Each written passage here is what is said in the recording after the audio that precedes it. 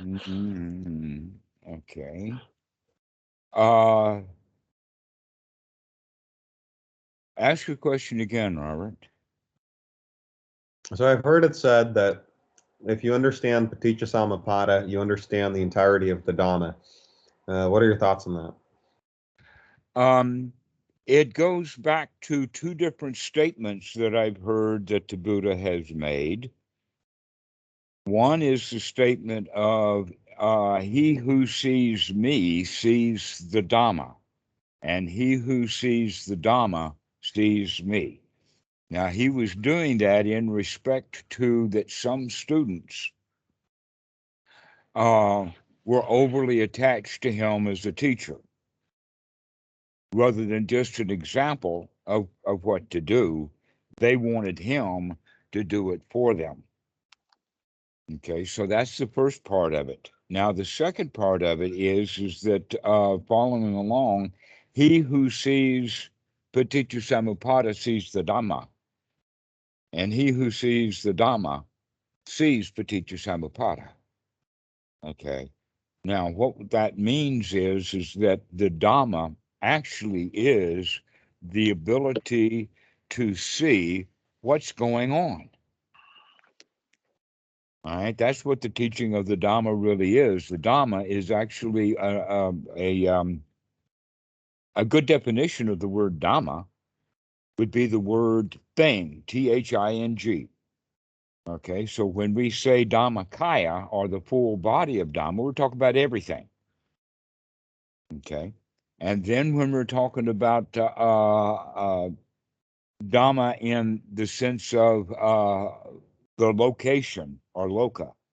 You see, here's something that's very interesting. We use the word location and we know what it means, and that's actually the word that it was used in the Pali of being above where you are, or being above what in English we talk about being above the world or being above your world. But the point is that it's a bad translation to translate loka into the word world. Isn't that interesting? Why would they do that? Why, if the word is location, why did, and that's what the Buddha was talking about, your location or where you are is your world. Anything that is not in your location or is not capable of coming into your senses is only a thought in your own mind. It's a concept. For instance, right now, none of the four of us are in Chicago. Therefore, when I use the word Chicago, that's merely a concept. And so when you see the news and some tower fell over in Chicago or something like that, that's just a concept. It's not your world. And so this is what we mean then about the Dhamma is the world in which you live because it's part of your sensory input.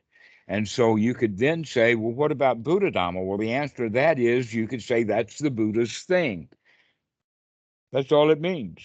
Buddha Dhamma means the Buddha's thing or the awakened thing or look at the way things really are because you're awake.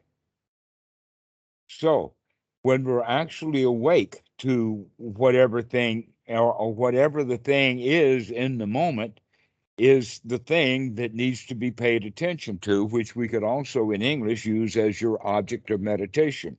Is whatever thing it is, there it is, pay attention. Look at what you're doing. This is in your world. Don't conceptualize into outer space or out of this world, whether that out of this world is the next town over, or the next country over, or the next planet over, or the next plane of existence over. It doesn't matter where over it is, it's not here and it's not right now, and therefore it does not exist except as a concept in your mind. And so when people talk about heavens and hells and rebirth and reincarnation, those are all just merely concepts and cannot be anything other than that because we never to get to that world. And when we are, that means that now we are in this location. But we're not, there's no reason to think of this location when we're actually in this location, and that location doesn't exist except as a concept in the mind here. All right, Robert. So, what are your thoughts on near-death experiences and people reporting, Let's the let's white finish light? this one first. Let's finish this one first. Let's not go off into Never Never Land. We just talked about going off into Never Never Land, and you aren't wanting to go off into Never Never Land. Let's not go there. Let's stay here where things are happening. And what is happening is the processes of the mind. But that's the thing that we begin to take an object of and begin to look at. What is the physical body? This is step 3 of anapanasati, of the breathing and the watching of the body, as well as the calming of the body down. And then the next is in the Vedana, is to be able to start feeling the way that you want to feel some sukha. What is sukha? It's the exact opposite of dukkha, which means instead of feeling bad, you start to feeling good. And then you can begin to manage those feelings so that you can go into a state of elating all the way down to satisfied, all the way down to, wow, completely relaxed. And that's all mental. And we recognize that that happens because of conditionings, that in fact, that's what step 7 and 8 of the anapanasati is actually pointing out paticcasamuppāda. Look at how these things are related. Look at how the mind affects the feelings.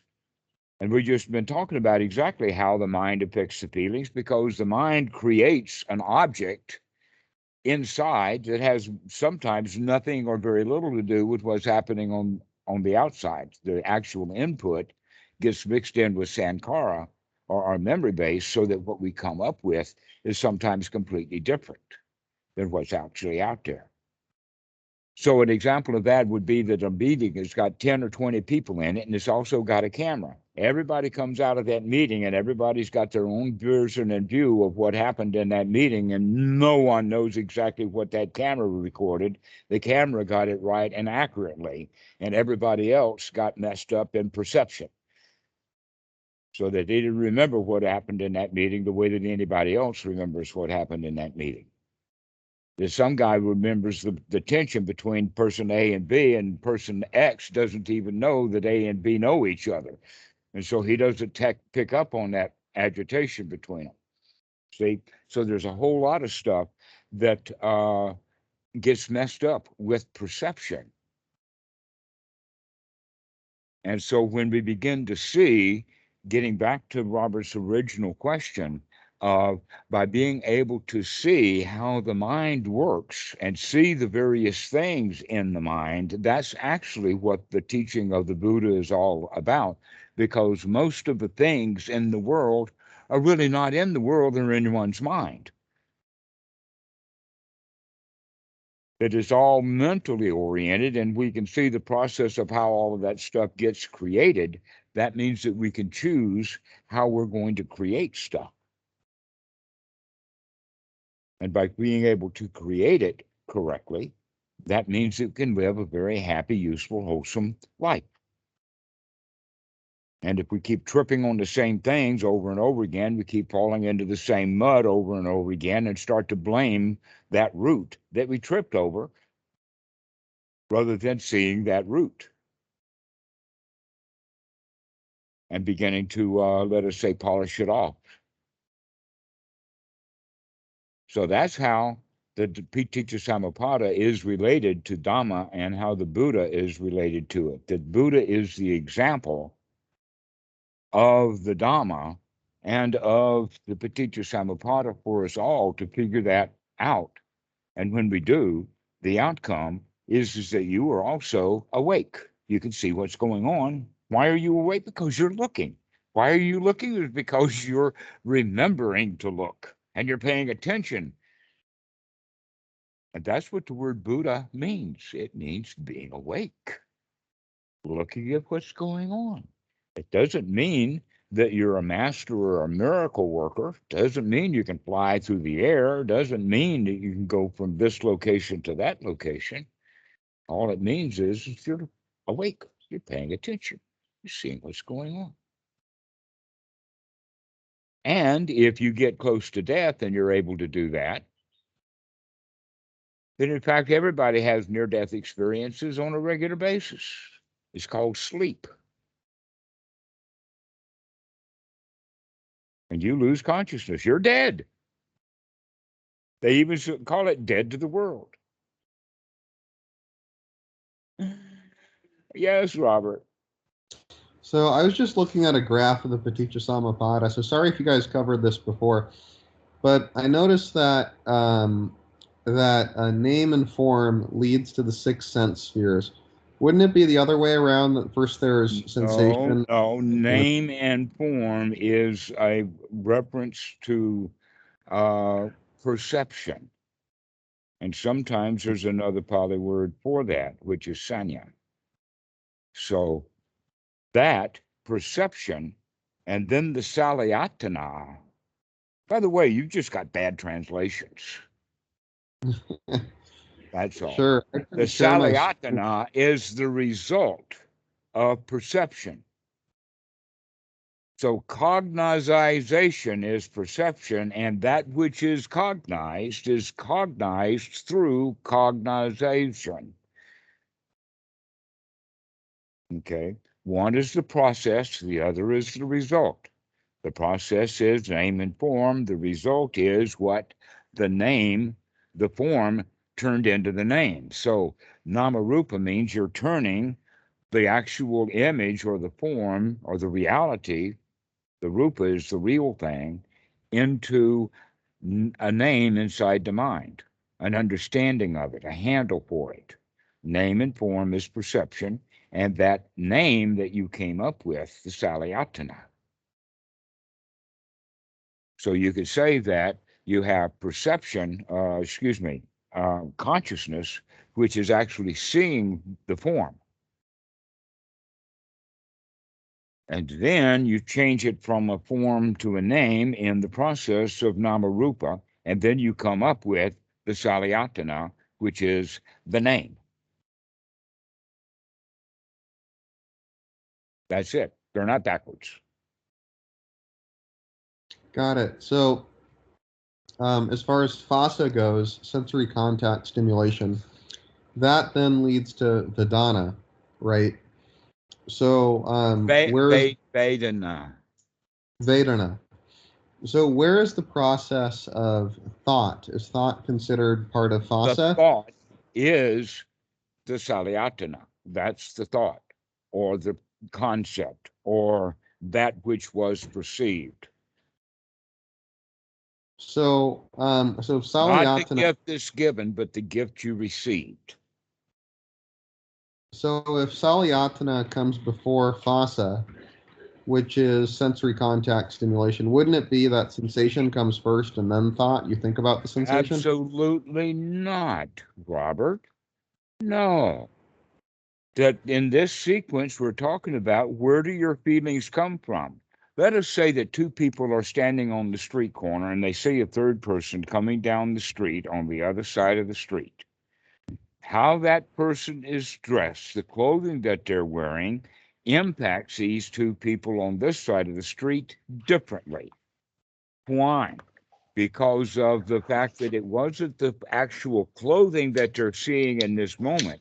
Is that they're digging through their past and recognize, oh, I have seen that clothing before, and this is how I felt about it before, so this is how I'm going to feel about that clothing now. That's the perception process. And then we come up with the clothing that's added to it, our knowledge of what that clothing is. And that's the salāyatana. That's the concept that we've got now. I see that with my eye, but I've got this concept or this name for it now. And that's what I react to. I don't react to the actual thing out there. I'm reacting to what I made of it. Right. So what okay, so you can say then, as this is the way of looking at it, is that the package is sent by the producer.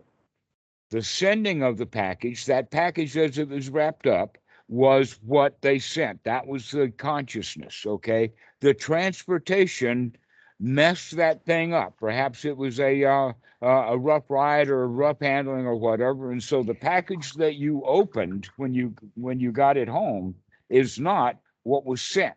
It's been damaged in the process or in the transport. Okay, that transportation is what you mean by perception. And what you receive then is what you're going to react to, not what was sent.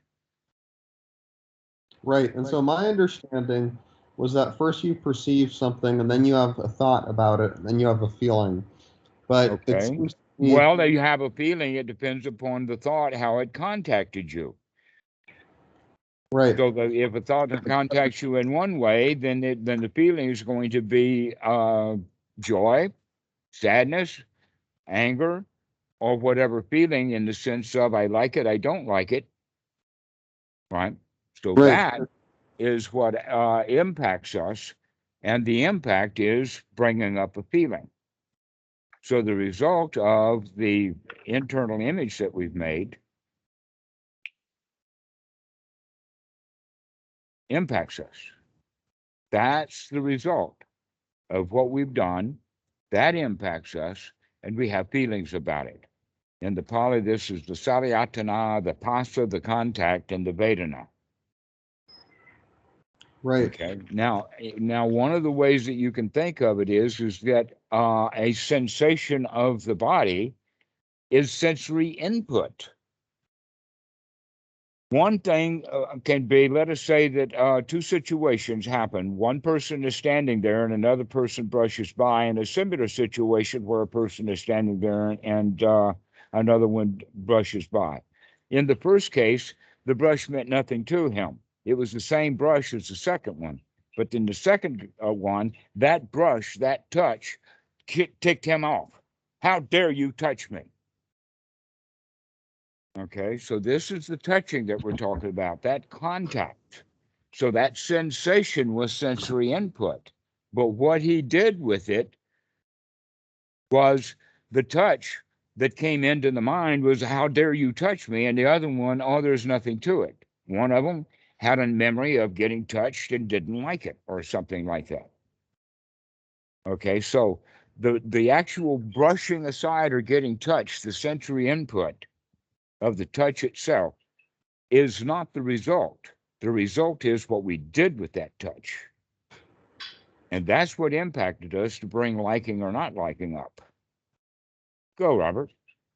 Sure. So the method that you teach of noticing, the unwholesome reaction and replacing it with wholesome, um, seems like, the end goal is to have done this so many times that you have the wholesome to begin with. So the thoughts are already positive before you have the perception. Yeah, before you came on, we talked about hamburgers and sewers, which is exactly what you're talking about here. Exactly, that we keep putting wholesome stuff into our memory base. And that means that when we perceive, we're going to get the easy stuff off the top rather than having dig all the way down to the sewer. Right. Exactly. But we got to layer that entire sewer with dozens and dozens of layers of hamburgers to make sure that we don't have to go all the way to the sewer, that we can always just grab hamburgers off the top of that sewer. Right. So when Bhikkhu Buddhadasa uses the phrase, wisdom at the point of contact, Mm-hmm. not such that one is changing unwholesome to wholesome at the point of contact, because then it's not the point of contact anymore, is that they've changed it so many times that it's automatically wisdom without even. Right. Yes. Okay. We can have it like that. The automatic is the process of going into the memory bank, but now we're able to pull up some recent really delicious good memories rather than the old stuff that's painful. And yet somehow or another, when the mind wanders away, why does it always wander into the sewer part of the mind? Because of unresolved, unfinished business. That's why. And so Yeah. we have to learn to leave unfinished business unfinished. Right. Because if we want to finish unfinished business, we may never be able to finish unfinished business. It's only unfinished in our own mind. It may be finished completely with somebody else's mind, and he doesn't want to hear it. So, how can we come to that point of never mind, start again? Never mind how I feel right now. Let's reprocess this and put some juicy in there and come up with a better salāyatana that impacts our feelings better. In other words, we can condition it right in that side. It's not that it has to go from this to this to this to this to this and all of that order, but wisdom at the point of contact means that instead of feeling bad ignorantly, because we've got wisdom, we can reprocess that and say, wait a minute, I can add some juice to this perception and come up with a brand new salāyatana. An example of that would be someone who is on a diet and they feel hungry. Most of the time when we feel hungry, the hunger is, oh no, I've got to go eat. But a wise person who is on a diet says, oh no, I know what hunger is. That's a sign of ketosis. I'm actually losing weight while I'm hungry. Yippee, I feel really good because I'm hungry. Or there is a hunger feeling there, but I am not the feeling of hunger. I am the joy of being able to conquer the hunger and say, never mind, I'm okay, even if I'm hungry.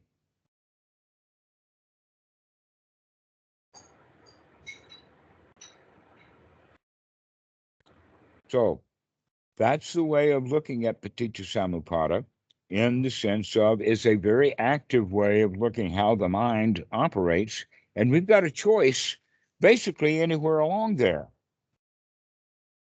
We can make the choice at the point of contact, oh, there's nothing to it. That didn't impact me at all. Or the other one is to change what is perceived by putting new data in it. Another one is simply don't look at the hunger. Don't be conscious of it. Go off and do something else. Ignore the hunger. Then that means that we're making choices right there at the point of consciousness. So we have choices all along. We can change it from one to another, from one to another. When we remember whatever part of the cycle we're in, when we wake up to that, we can say, wait a minute, I can make a change here too. And the skill level then would be starting way at the end of it because we're so slow. And as we gain skills, we begin to back up and get closer and closer, right up to the point of perception. And then how perception and consciousness work together. And when we're looking at how perception and consciousness work together, that's what's referred to as fourth jhana. To recognize that when we bring perception to an end, we bring those feelings to an end. When we just watch the show and just enjoy the show, which is raw consciousness, we don't have to do the perception of trying to figure out who done it. We can just enjoy the show. Yes, Robert. Yeah, could you walk us through Sutta 111, speaking of jhanas? Okay, well, this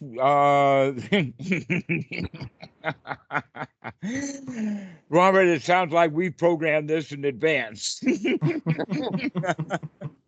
Well, I heard it come up in a podcast today, and I remember you asked me to read it once, and I read it about a year ago, or 8 months ago, kind of a while, months ago.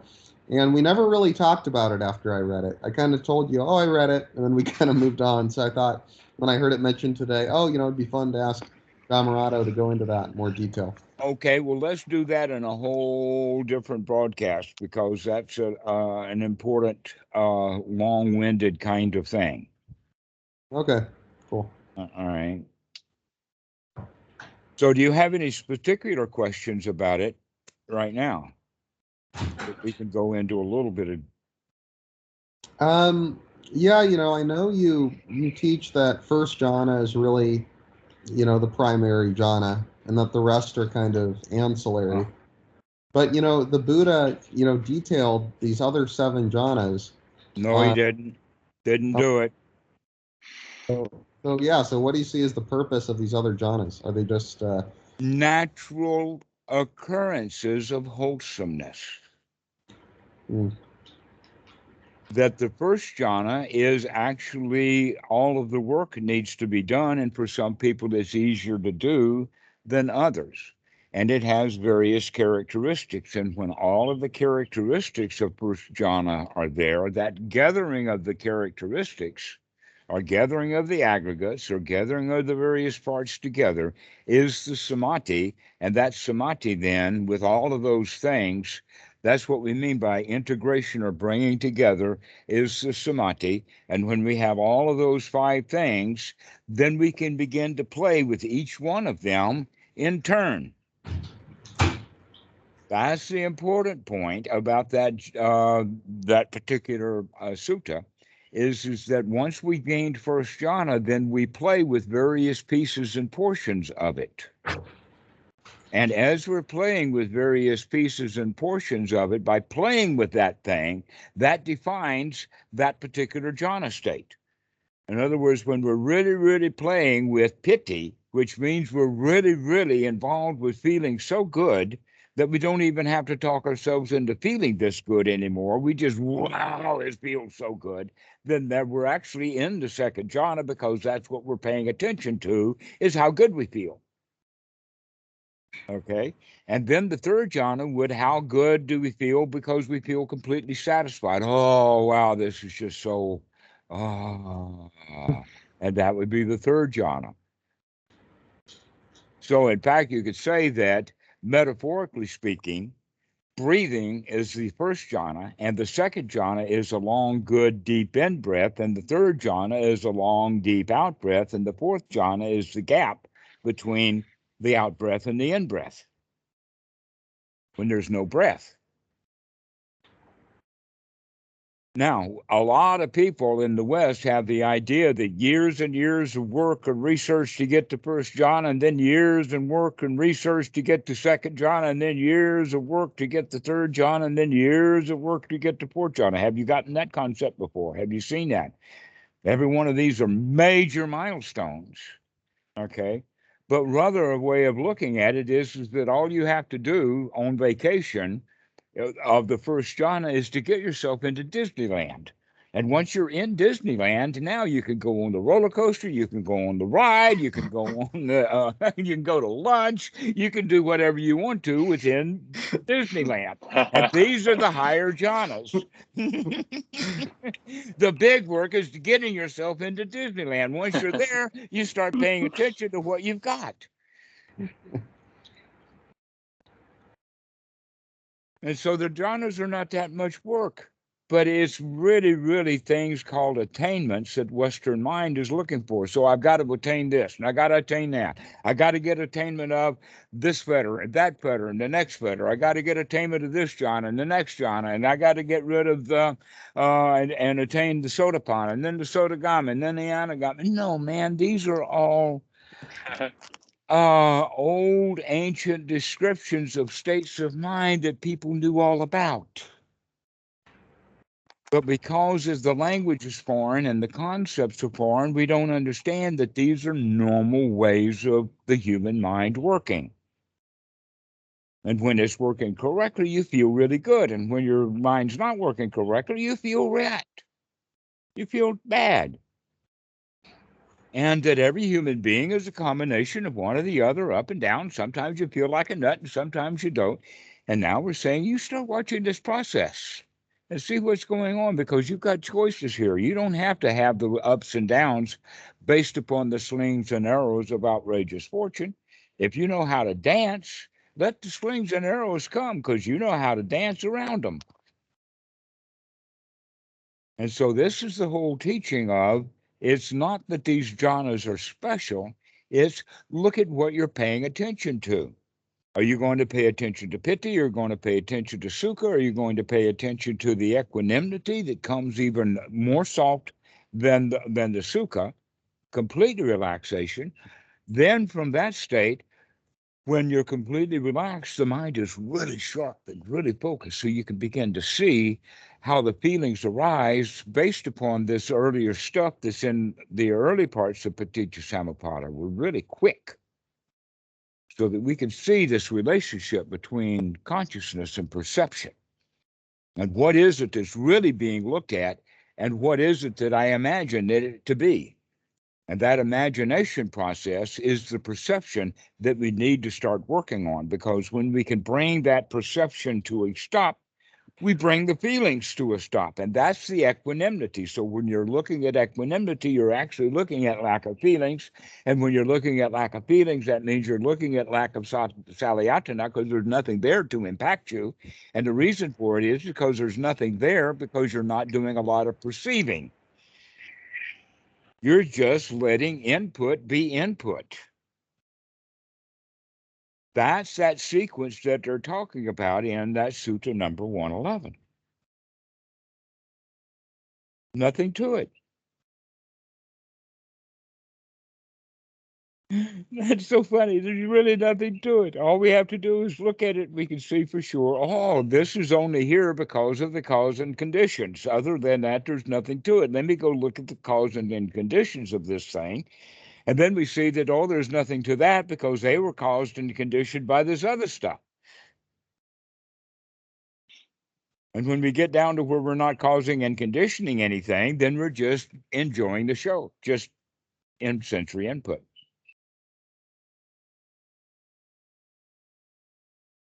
So this would be the fourth jhanas in action, rather than sitting in the closet or in a cave or a meditation hall or a prison cell or whatever it is that goes into deep isolation like that in order to get to these states, when you can just simply get yourself into a good state and then pass in and out of this fourth jhana.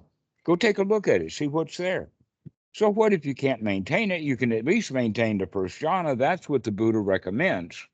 He does not say to quickly establish and then maintain the fourth jhana as a skill, but he does say that about the first jhana. To be able to get into that state of unification, get into that state so you can see what's going on, and then look at what's going on, because everything that you're looking at is all wholesome. If you start looking at what's going on before you've rid the mind of the unwholesome thoughts, then all you've got to look at is unwholesome things, and that's called vipassana meditation. Is looking at the unwholesome. Where the Buddhist practices, no, let's throw out the unwholesome and let's then be observant and aware of what's wholesome. Or another way of saying it is that as we're observing these states of paticcasamuppāda, we actually stop it right there. Can you stop it at the point of grasping and clinging? Or at the state of need? Can you see that I need it and say, okay, I need it, but I'm satisfied? Or can you back up and further than that and say, yes, I want it, but I don't need it, and I'm satisfied? Then you can back it up one further and say, oh, I like it, and I'm satisfied, and I don't want it. And then you can back it up even further than that and see, oh, look at what's contacting me. I see that contact. I feel moved to feel. And then we look up a little bit closer, a little bit more inspection. They say, oh, this is what contacted me, my perception, or my the thing that I perceived with my perception. And then we look at, how do I perceive this stuff? And then we can get all the way down to how consciousness and perception work together. And all of these things are marching down from the first jhana there at the point of contact, down to second jhana, looking at the salāyatana, and recognizing that you have control over it. In other words, the mind is now quiet. But there's still concepts, there's still things that are perceived in there. And so you quieten that down even more so you can get right down to quietening down the perception itself. And this is actually quite a lot of fun. But if you see it as work to do and an accomplishment, then it's not going to be so much fun, it's going to be hard work. Up to you. There's really nothing to it, guys. Yes, Robert. So I heard a pretty absurd thing on this podcast. Where one of the guests said that he had known of people that had achieved Sotāpan that didn't have any sila. And I thought that was very absurd, because the whole point of the path is sila, in some sense, right? So how Yes. could you possibly achieve Sotāpan without having sila. That just doesn't make any sense. It's like you're just choosing. And the argument he gave was that, oh well, he had the attainments of Sotāpan. He had reached the Jhana states and this and that. Not the guy who was talking, but people that he had known, and so therefore they had it. But I think that's a really silly argument that you could achieve that without sila. Well, it depends upon whether the light switch of non-Sotāpan and the light switch is thrown to Sotāpan, and it's a special kind of light switch that once it's turned on, it never goes back off again. That's the kind of Sotāpan that this guy is referring to, and he's saying that it went on at some event. Okay, but if you understand it correctly, sometimes you feel like a nut and sometimes you don't. Thanks. That in fact, you're actually reminding me of a sequence of events or conversations that I had with Achan Pho about the Sotāpan. And on one occasion that he told me what he said made me feel really, really little and low. Because what he was pointing out is that it's not a he was pointing out that it's up and down. It's not a permanent thing, that it's something that you get and then you lose it and you get it again and you lose it and you start practicing, etc., like that. That in fact, rock climbers have to have ropes because they slip and fall often, right? And they need those safety nets. They're not ever going to learn how to rock climb if they never had a safety net. They would have fallen. Okay, so how can we think of Sotāpan as this mountain that we've got to climb, and there is no safety net and there's no ropes? You either got it or you don't. And once you got it, you've always got it. As soon as you can climb one rock, that means you can climb every rock in existence. That's not true. Sometimes you can climb this rock, sometimes you can't. Sometimes you can climb this rock, but you can't climb the next.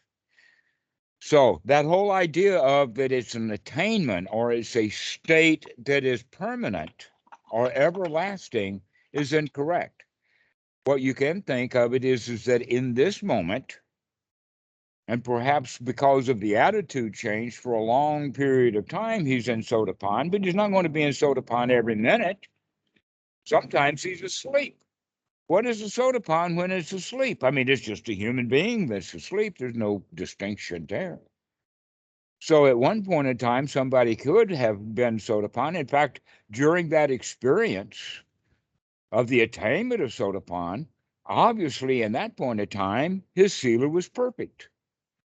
He wasn't hitting anybody. He wasn't punching anybody. He wasn't killing anybody. He wasn't stealing anything. He wasn't molesting any of the women or the other guys or anything like that. He was sitting there enjoying his experience. But that didn't mean that experience is going to carry over.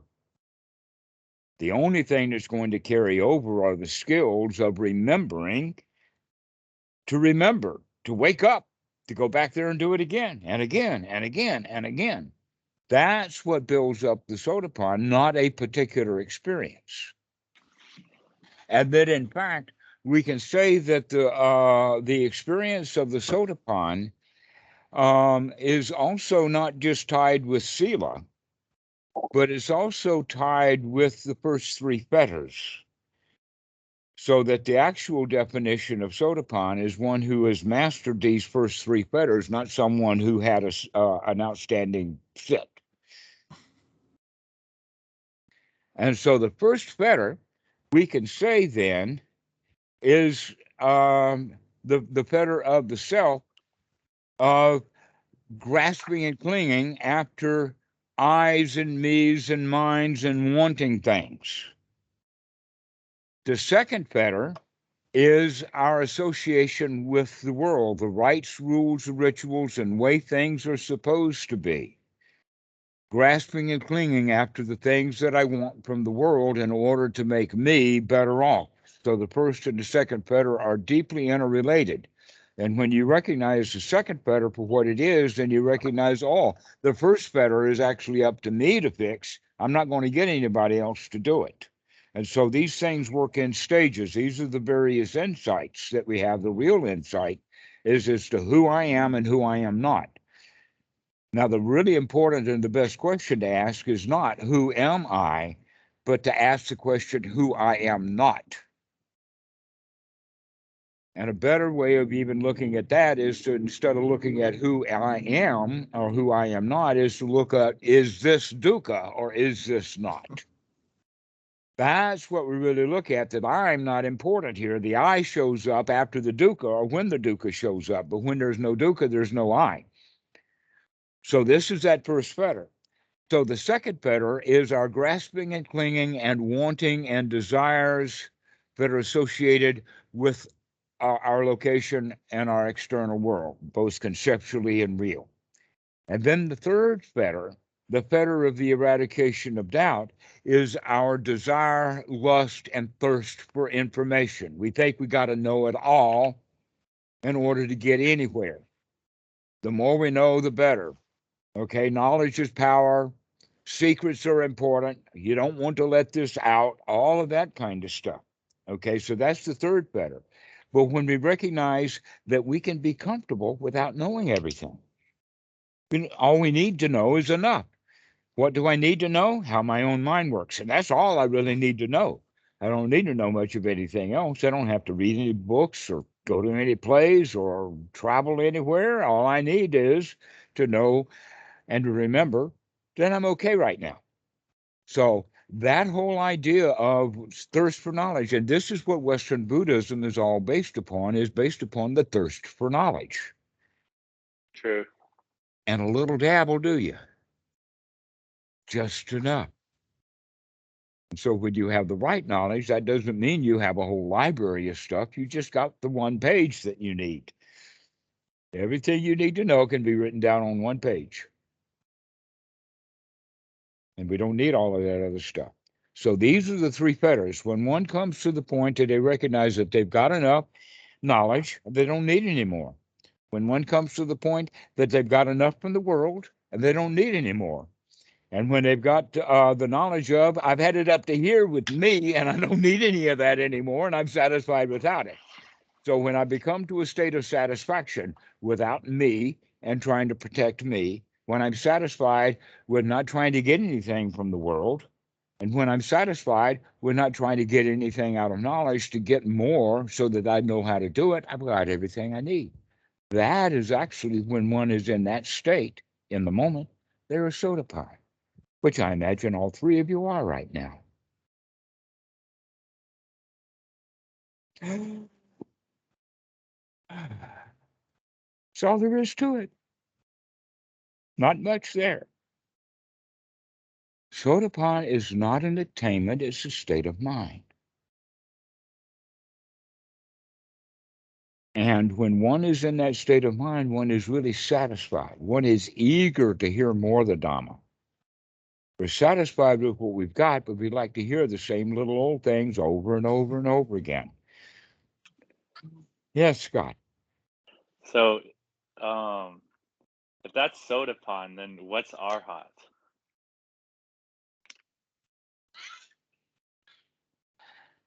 The stages from there to Arhat, you see, the Sotāpan is on top of the game of looking for dukkha in order to eliminate it.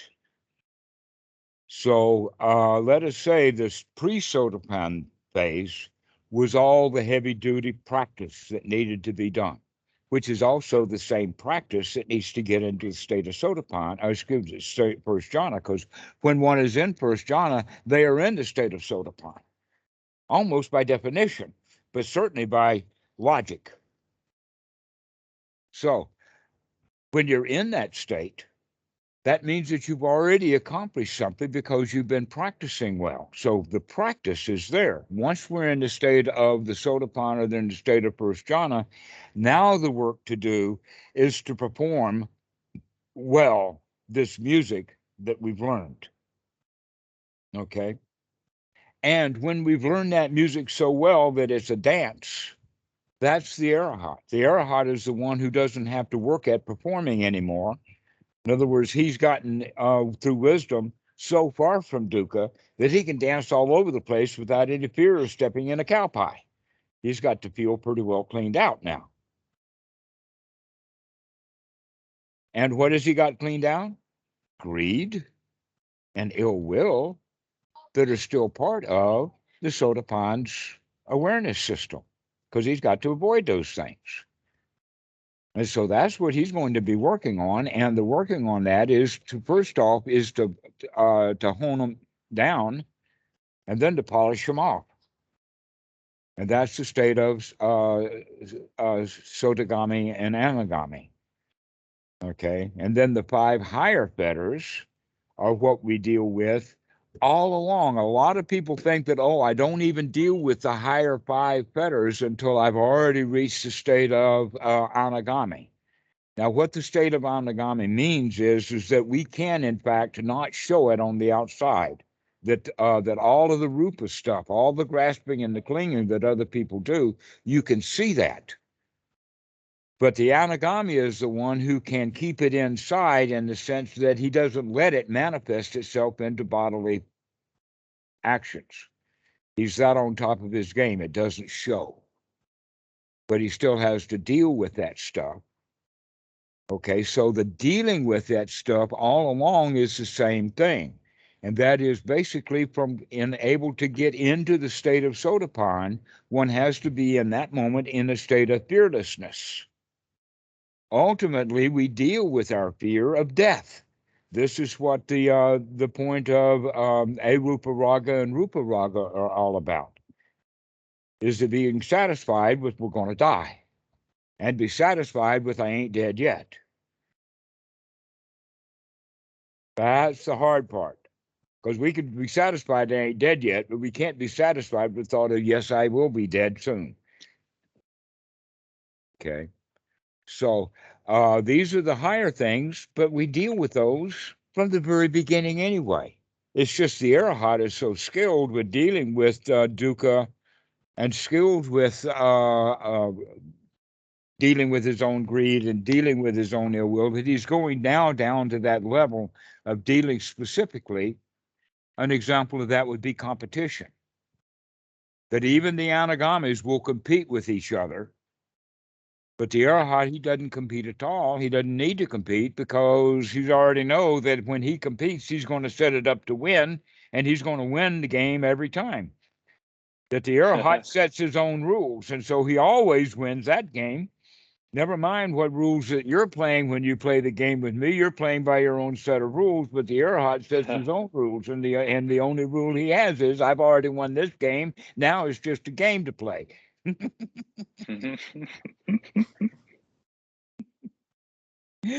Non-competition, non-competing. That's where the Arahat comes to shine, is he doesn't compete. He may come across as a ferocious lion that you can't deal with to the point that you call him a bully. And that was, I mean, the Buddha was a lion. He was a bull. You didn't mess with him because he was right and he knew it. He was strong like that. So that's the Arahat. The Arahat is someone who is really tough. You can't get anywhere with them. They do not play your game. They don't play along with it.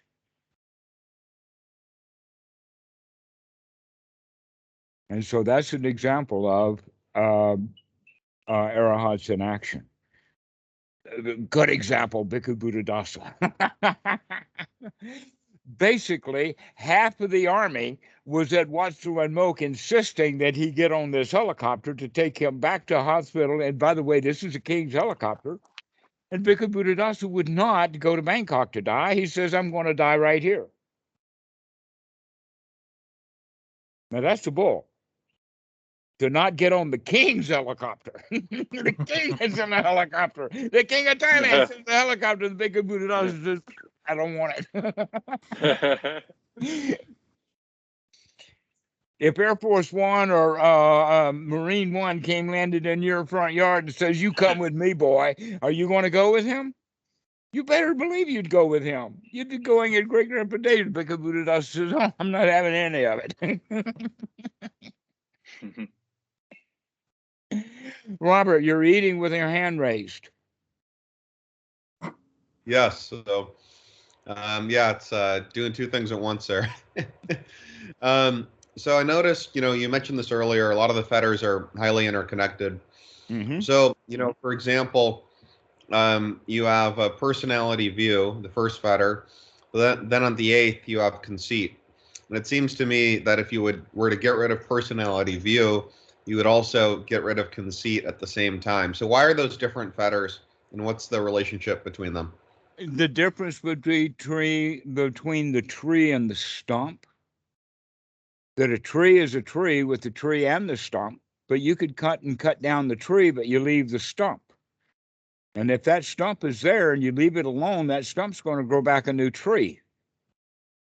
Okay? So the Sotāpan is out there tree cutting, and the Arahat is stump removal.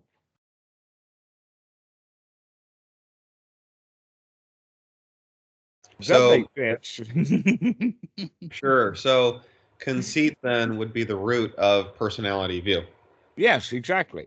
I am is the seed of the personality view. I am, and how do I prove I am? Is by proving what I am not, or making a competition. I'm better than you are, or I'm less than you are, So or what I'm equal about, to you are. yeah. So restlessness comes before conceit, or at the after conceit, I guess. But if you're They're taking in the a tree, list. Don't take a list as a permanent reason to make that as an order of things. Sometimes Mhm. you have an issue of conceit. Sometimes you have an issue of fear. Sometimes you have an issue of restlessness. Sometimes you have an issue of doubt and worry and ignorance. And these things come and go. Don't put them in a rank order. Hmm. That in fact, after the Sotāpan gets rid of those first three fetters, by the way, those first three fetters are dealing with knowledge of what I am not, what the world is not, and what knowledge is not. Okay, once we learn those things, then we can really see dukkha clearly. And that's the job of the Sotāpan, is to see these two kinds of dukkha. What kind of dukkhas are there? It's the greed and the ill will, going right back to the second noble truth. I mean, this is an easy part, except that now the Sotāpan, in the moment of he's a Sotāpan, does not have that ignorance component, because he has those first three fetters of knowledge wired. So now he can actually see dukkha, and he can see ill will and the greed. As he begins to see that, we can begin to see the underlying tendencies. In fact, the Western people have been able to see these fetters in psychology, but they haven't been able to do much about it. But it's not a good idea to say, oh, well, restlessness is a bigger or more important fetter than ignorance. That in fact, the third fetter of the removal of doubt ultimately is the 10th fetter, in the Yep. sense of ignorance, that you're not going to know everything. You're just not going to know things. And that's okay. I could be very happy. I could be a tree squirrel and be very happy as a tree squirrel. I do not have to be a gorilla. I can be happy as a tree squirrel. And just because the squirrel knows about gorillas doesn't mean he's got to become one. So that's an example of it. That knowledge is that the knowledge we have is good enough. And so, in a way, that third fetter and that 10th fetter are interrelated deeply. One's a tree and the other one's the stump. Yeah. So why are they normally taught in this progression then, instead of? Because the Buddha taught them in that procession. And gosh, we can't make an it or an inch or a scratch or a twiddle or anything different than what the Buddha said. Otherwise, we'll roast in hell for it. You know the Dhamma and the Dhamma. And besides that, Westerners are taught to do things in list order, ranking order. The Buddha didn't rank them in any particular order. He just listed them all. Hmm. And then, in fact, many things are listed in two different suttas in a different order because the order doesn't matter. I met someone once that claimed that he was enlightened because he had gone through the 10 fetters one by one and just went up the whole list, and he did this very systematic thing. Mm-hmm. And it was, it was interesting. I don't think he was telling the truth, but I thought it was Well, he interesting. probably was telling the truth in the sense that he did go through the fetters systematically. But when he was saying, I am an arahat, in that moment, he wasn't. Right.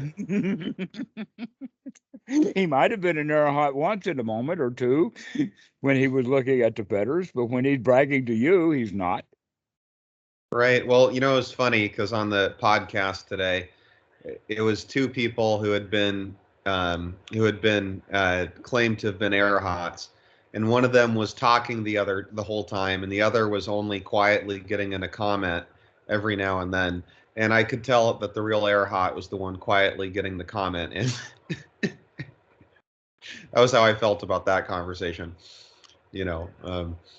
I've been accused of being too talkative also. Well, you can only know if someone's not an arhat if you're already an arhat. You have to be an arhat to know if someone's an arhat or not. Guess what? Nobody knows the mind of anyone else. That in fact, Achan Pho was quite clear about that with me, in the sense of, number one, you do not know what's in the mind of another person.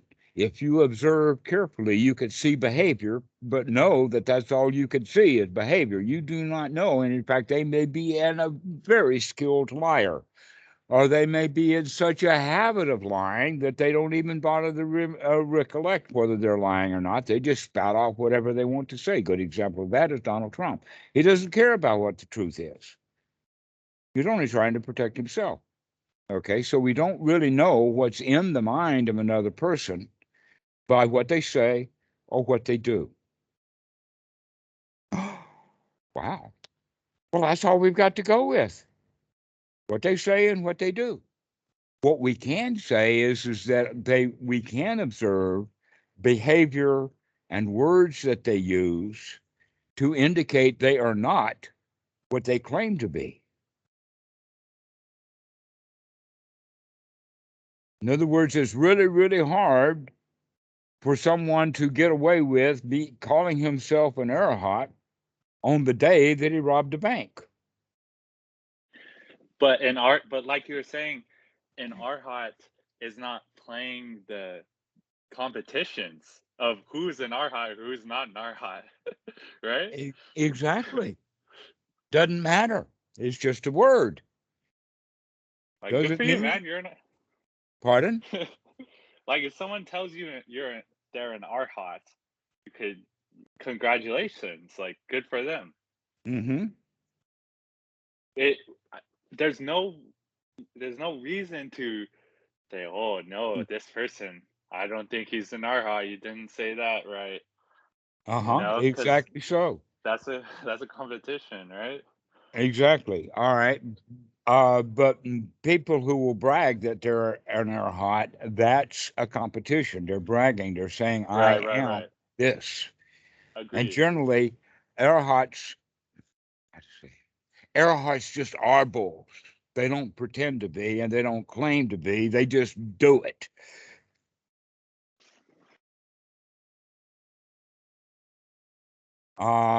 An example would be, oh, Dhammarato, do you really claim that you have first jhana?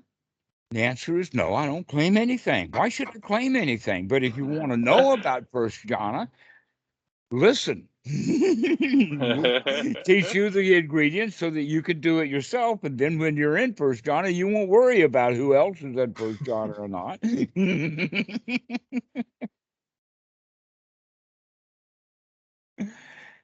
So yeah, that's the whole idea is that who am I and what am I is kind of given up in two stages. One is that personality view, and then eventually through the competition, we don't compete with anybody anymore. There's no reason to compete.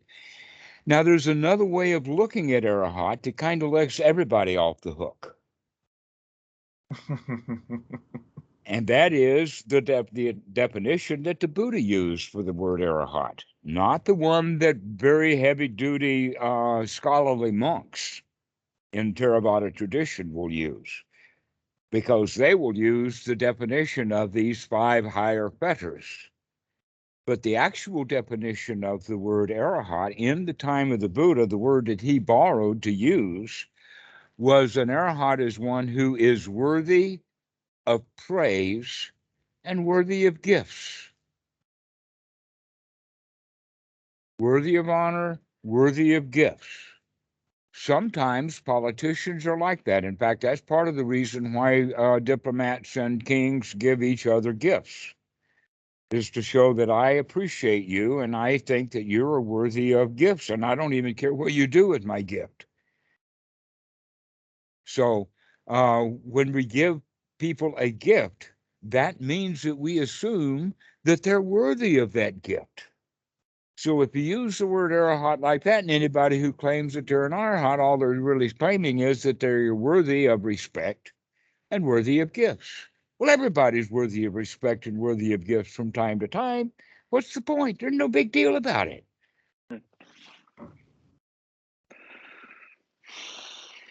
That in fact, the time when each one of us is most worthy of gifts and most worthy of respect is when in that moment we are an arahat. When we're not competing with that person who is giving the gift. Oh, that gift's not good enough. I want better gifts than this. No, you receive the gifts graciously. Here's an example of that. I was actually at Amaravati. No, excuse me. This was at Abhayagiri.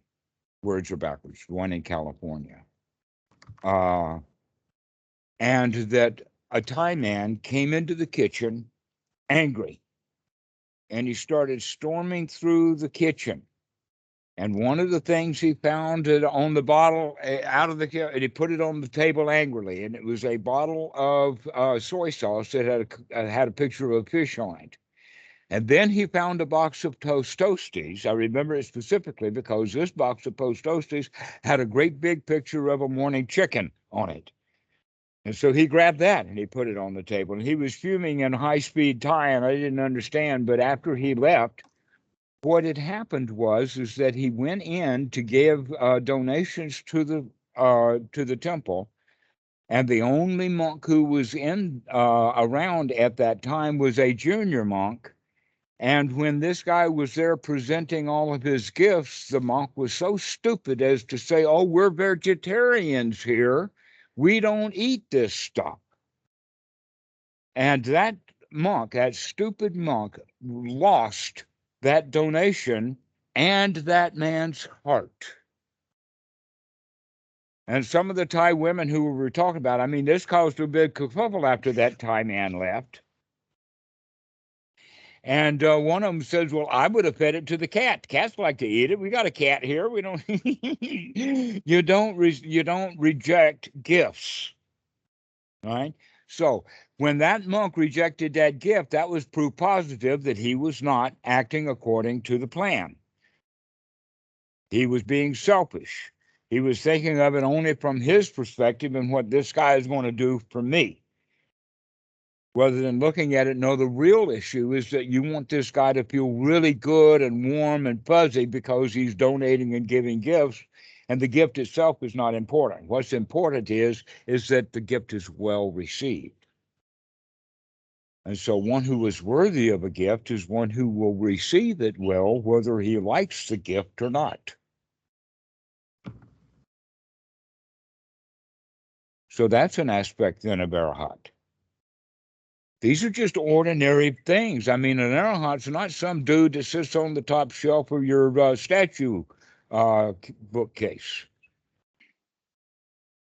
It's just an ordinary state of mind that people are in from time to time. The question is, can you keep coming back to that state consistently, just when you need it most? Just when you're about to receive a gift, that's when you need to be gracious in receiving gifts. Oh, thank you very much. I really appreciate it. And a guy can do that with his wife when she serves supper. He can say, "Wow, I'm so glad that you did this for us." Thank you so much for taking care of me. So that's the attitude of the Arahat, is being gracious and grateful for being able to receive the gifts. That's what he makes him worthy of the gifts. And that's what makes him worthy of respect. It's because he's respectable in that moment. Robert, your hand is still waving and you're still eating. I just keep getting. No, I'm done with the eating. Now it's the chewing gum time. So, next phase of the night. Well, it was actually funny because right as you said that, it was right after I thanked Sandra very much for the dinner she made me. So that's why. I know. I saw your arm wave in the air. I saw you look.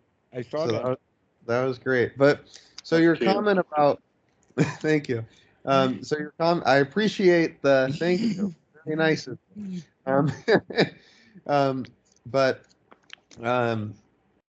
So your point about not knowing what's in someone else's mind. Now, what about the phenomenon of certain people giving you certain feelings? So when you mentioned that, it actually made me think of the time I saw Achan Pho myself at Wat Suan Mok many years ago, and I felt he brought a great feeling of presence and calm. True equanimity. He was just really in the moment. And people that see, various, spiritual leaders, in person often report this kind of thing, like seeing the Dalai Lama, like very joyful, everyone is happy, or you can have the reverse, where if you see a criminal in the street and they look very threatening, there can be the sensation of fear, or you're at a violent, event of some kind, and there can be this tension.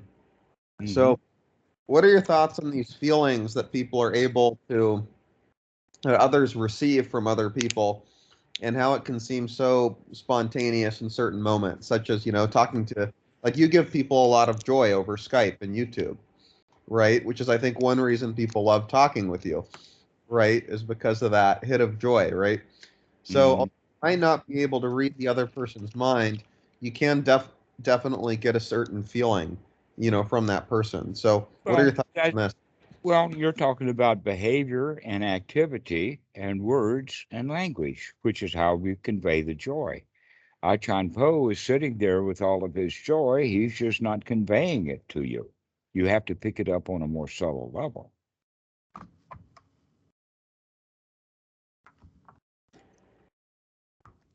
Sure. And in fact, he can, when he's speaking in Thai, and that's also part of that is the language barrier. When he's speaking in Thai, he can be quite animated. Sure. He was speaking in English, and he was very calm. He was very he didn't seem too animated to me. Well, animation is the way that joy is expressed. And I've gotten a lot of joy from Achan Pho. Yeah. He was not always calm. He played games. Right. He would very calmly stand outside my kuti just to see how long, I guess, it took for me to recognize that he was there. He was in my location. He was in my locale, and I wasn't paying attention to it. And so I started paying more attention to what's going on. And now I can pay attention to where I know somebody's coming in the yard before the dogs do. I'm a better dog than the dogs are. I'm doing their job for them. And sometimes they win. But in fact, I don't pay much attention to the dogs that come in. I'm always doing it for the humans, but they do it for the humans and the dogs. And there could be a dog behind me over here, and they'll start barking and go get it, and I'll find out what it is later. So they've got acuities that I don't have. I'm more attuned to humans. And so the dogs can come up, and I won't know it, but the dogs do. But when a human comes in, I probably know it before the dogs do. And that's their job, is to know what's going on. They're territorial like that. And so having that mind open And that's one of the things that I got training from Achan Pho that I can't really give you. I can't sneak into your bedroom and kick your bed and sneak out. But I could do that with Kitty. I play games with Kitty because I can to wake her up. And Achan Pho played wake-up games. I remember several times he would just walk right past me. I would be out in the open, whatever's happening, I'm paying attention, and I began to look to see if I am in an open space. Where is Achan Pho? Because if I'm not aware of where he is, he's going to get me before I get him. And that whole mentality harked back to when I was in high school. I had another friend who he and I were really into motorbikes, and it's a small town in the South, no dealers or anything like that, but we do it together. And one of the things that Randy taught me was police. You got to know where they are before they see you. You see them. You keep your guy open. You keep your guard open wherever you are. You got to see the cops before they see you. Why? Because we're out there breaking the law left, right, and center. And all we have to do is make sure that the cops are not seeing us. So that's a new kind of awareness that I developed in high school. And then I recognized I need to do that in a different way because I was doing it in an unwholesome way when I was doing it with the cops. But now it's still a good idea. If you're out driving and not breaking any laws, it's still better that you know where the cops are before they know where you are. Because if you know the cops are hiding behind that thing up there, then when you pass by that thing, you're not going to be breaking any laws. Well, if we take that into permanent everything, then we got to know where Achan Pho is. We got to know where the cops are. We got to know where everything is. You got to keep your eye open and looking around.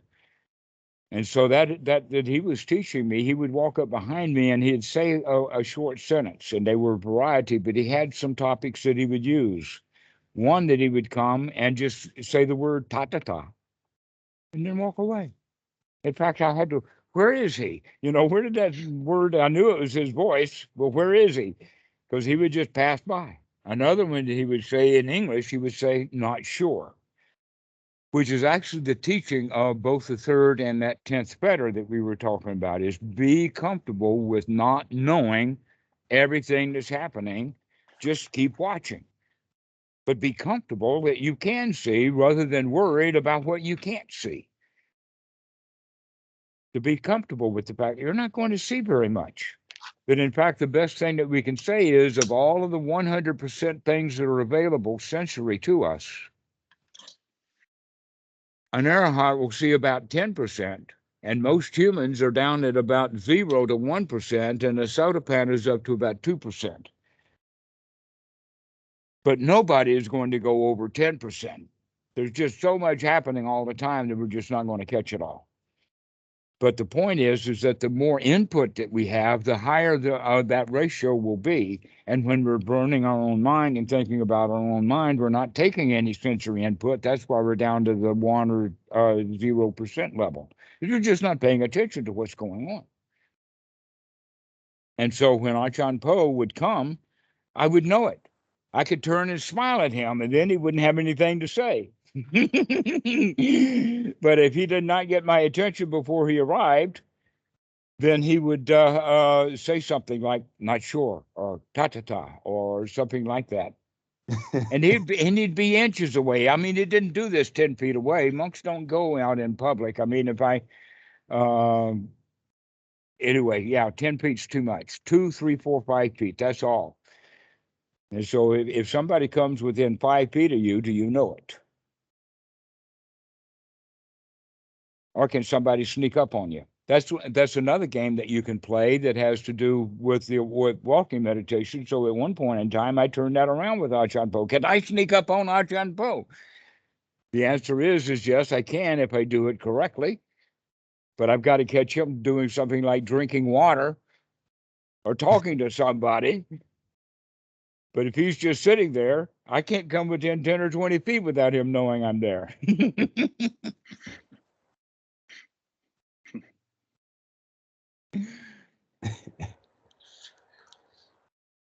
And happens then to me sometimes.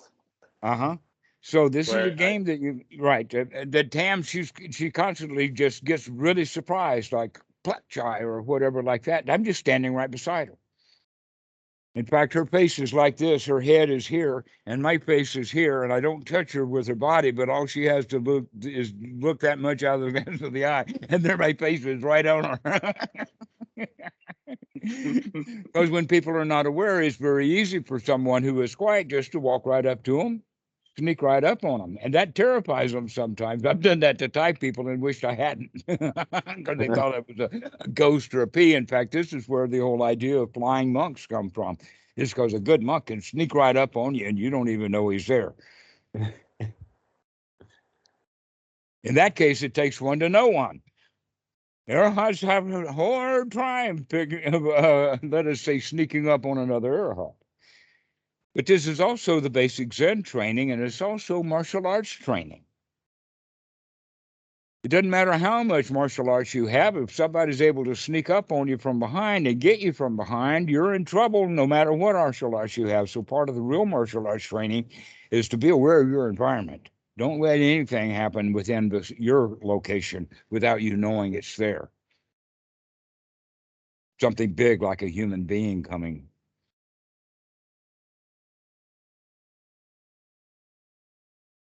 So that's part of the practice, and that's part of that wakefulness and being in the present moment, or being in senses rather than thinking about something.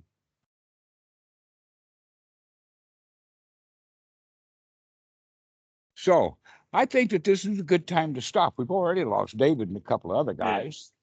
I've really enjoyed this conversation. Do you have Yeah, me anything, too. Scott, before we leave? Do you have any last comments, Scott? It's been nice, you know. It was beautiful talk. I had some nice experiences, some nice insights. Just a pleasure to be here. Thank you. Excellent. Well, we'll see you next time. Robert, All right. thank you so much. You and Sure. I are dancing a dance together, I can tell. You know just the right questions to ask. Thanks so much. Let's Dog do at my let's do partner. 111 a little bit deeper next time. Okay. That sounds great. All right. See you guys. Bye, Robert. Cheers. Take Bye. care. Good to meet you, Scott.